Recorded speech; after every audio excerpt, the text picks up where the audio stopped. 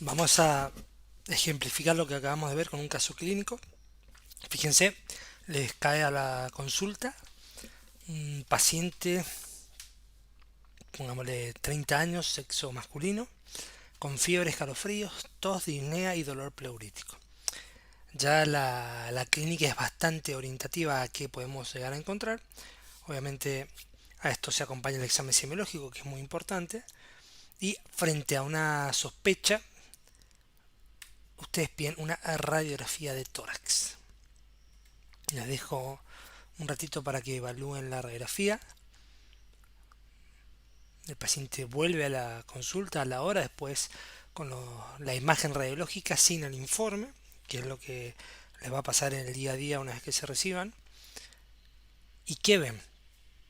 Vamos a hacer un poquito de zoom para que podamos analizar una parte de la imagen. Fíjense, me focalicé en el campo pulmonar medio e inferior. ¿Ven que hay una asimetría? Un área con aumento de la densidad que si la comparamos con el otro lado no está. ¿Por qué es difícil de verla? Vamos a volver a la de recién. Porque está superpuesta sobre el corazón. Fíjense, acá se ve perfectamente el margen cardíaco, el margen inferior izquierdo de la silueta cardiomediastínica que representa el ventrículo izquierdo, y sobre esto aparece un área de mayor densidad que no se ve con el contralateral. Es difícil porque esta zona es asimétrica porque el corazón se tira hacia la izquierda. La flecha amarilla me está señalando el broncograma aéreo, fíjense que se ve muy bien. O sea que es un área de mayor densidad heterogénea con broncograma aéreo, y si vemos los bordes parece que van por acá pero son mal definidos. O sea que estamos hablando de un patrón alveolar. En un paciente con clínica infecciosa estamos frente a una neumonía. ¿Por qué es más la clínica? Porque la clínica siempre es la que termina de definir la imagen radiológica. Si bien hay ciertos hallazgos radiológicos que son muy orientativos, por ejemplo, esta imagen es muy típica de neumonía y es poco probable que sea otra cosa, siempre es importante tener la clínica para terminar de definir. Infiltrado alveolar o patrón alveolar más clínica de proceso infeccioso pulmonar, esto es una neumonía. Y ahora yo les hago la siguiente pregunta. ¿Dónde se localiza esta lesión? ¿Se animan a decirme? Fíjense que estoy en la base del pulmón izquierdo. ¿Qué lóbulos se proyectan en la base del pulmón izquierdo? Recuerden que acá se proyecta la língula, que es la lengüeta del lóbulo superior izquierdo, y los segmentos basales del lóbulo inferior izquierdo.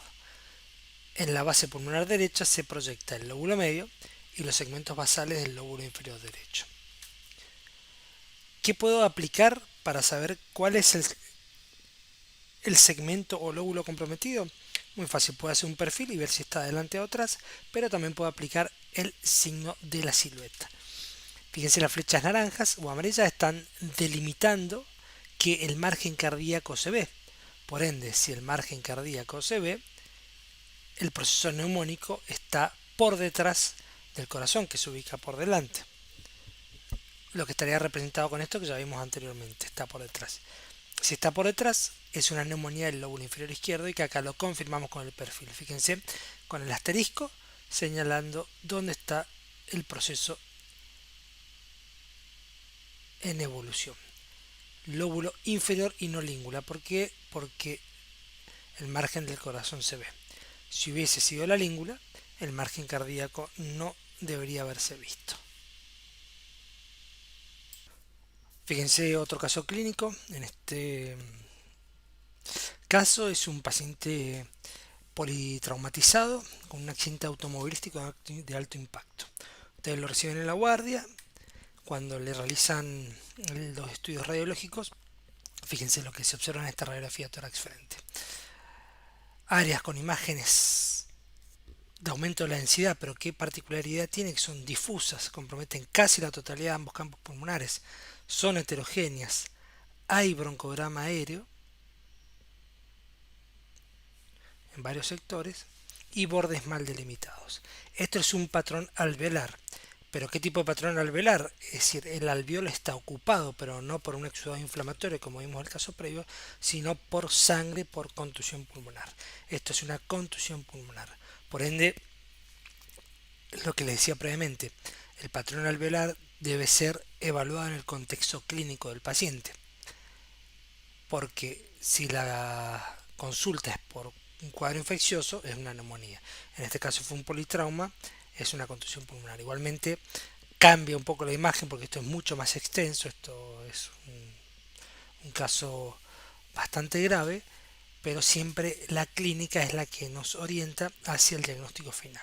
Nosotros radiológicamente vemos un patrón alveolar y la clínica nos orienta hacia qué puede ser. Otro caso, antecedente de insuficiencia cardíaca, el motivo de consulta disnea grave, producción de esputo, espumoso de color rosa. A la auscultación hay estertores en todos los campos pulmonares con sibilancias y roncos. Cuando vemos la placa de tórax, fíjense, hay un patrón alveolar difuso, imágenes de aumento de la densidad, difusa, heterogénea, hay sectores con broncograma aéreo, está mal definido, compromete casi la totalidad de los campos pulmonares, con cierto respeto del parénquima pulmonar subpleural, principalmente acá en los ápices.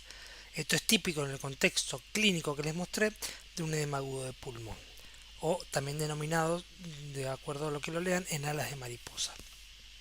Acá no tenemos la posibilidad, porque la imagen no es buena, de ver la silueta cardiomediastínica, pero seguramente estaríamos encontrando un corazón alterado, con una desproporción cardiotorácica y signos de patología cardíaca crónica, en este caso descompensada.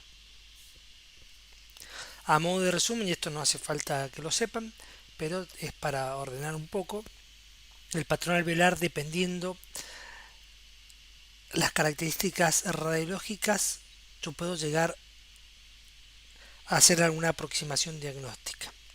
Pero la mejor forma de hacer una aproximación diagnóstica de un hallazgo radiológico, en este caso de un patrón alveolar, es con la clínica.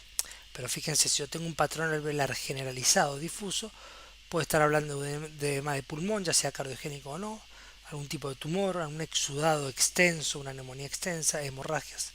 Localizado bien definido, la típica neumonía lobar bacteriana, esto es de lo más frecuente que vamos a encontrar, neumonitis por radiación, y de localización uni o multifocal, enfermedades inflamatorias, medioambientales, enfermedades vasculares, neoplasias, neumonitis, etc. Pero siempre lo más importante es el contexto clínico con el cual consulta al paciente, por eso es muy importante los antecedentes, los datos clínicos y los hallazgos semiológicos a la hora de evaluar una radiografía de tórax donde nos encontramos con un patrón de tipo alveolar.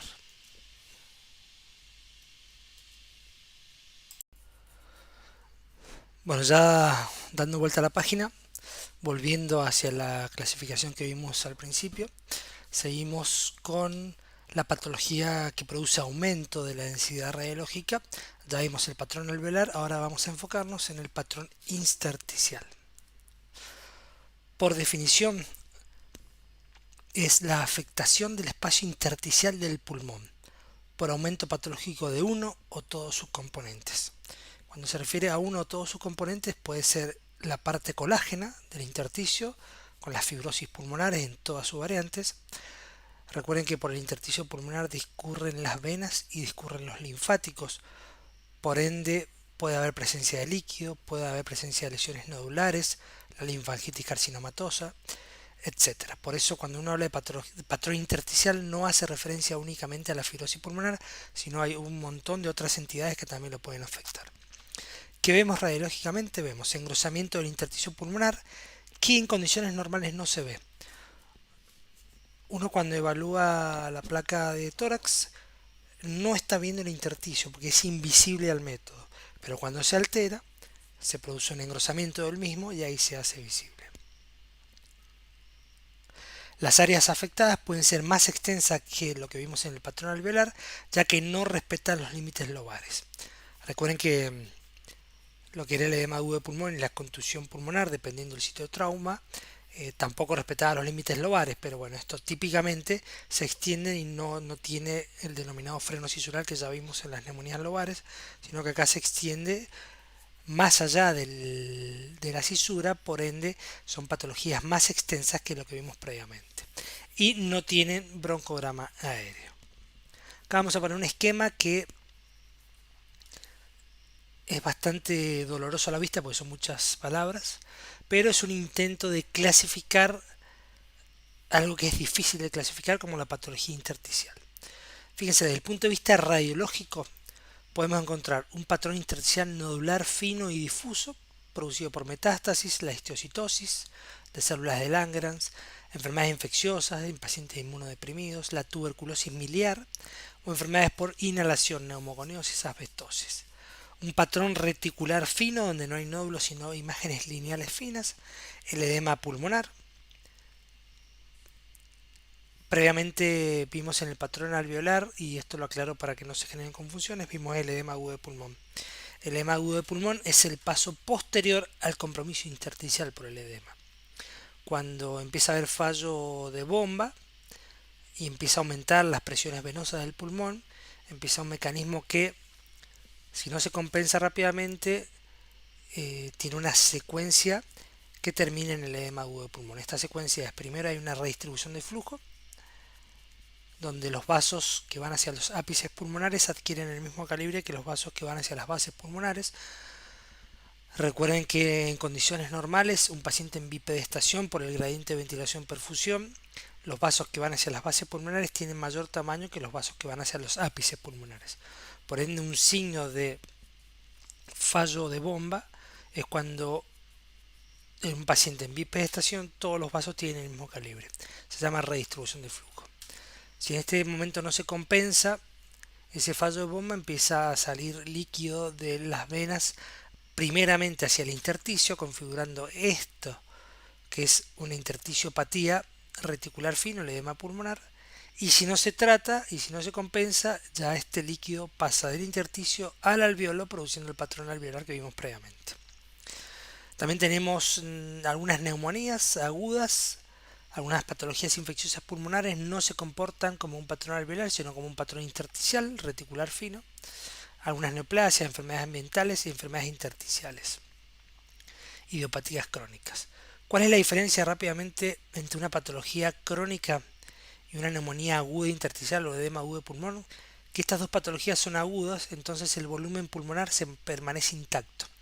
Y en las patologías crónicas donde hay fibrosis crónica, la fibrosis tiende a retraer y el volumen pulmonar se reduce.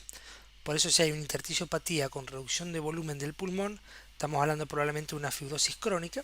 Si no hay reducción de volumen, hay que pensar en algunas de estas, siempre obviamente en un contexto clínico y semiológico adecuado que nos va a orientar.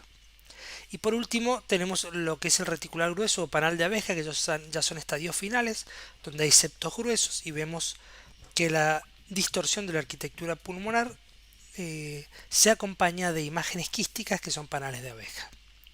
Y un mix de patrones que es el retículo nodular.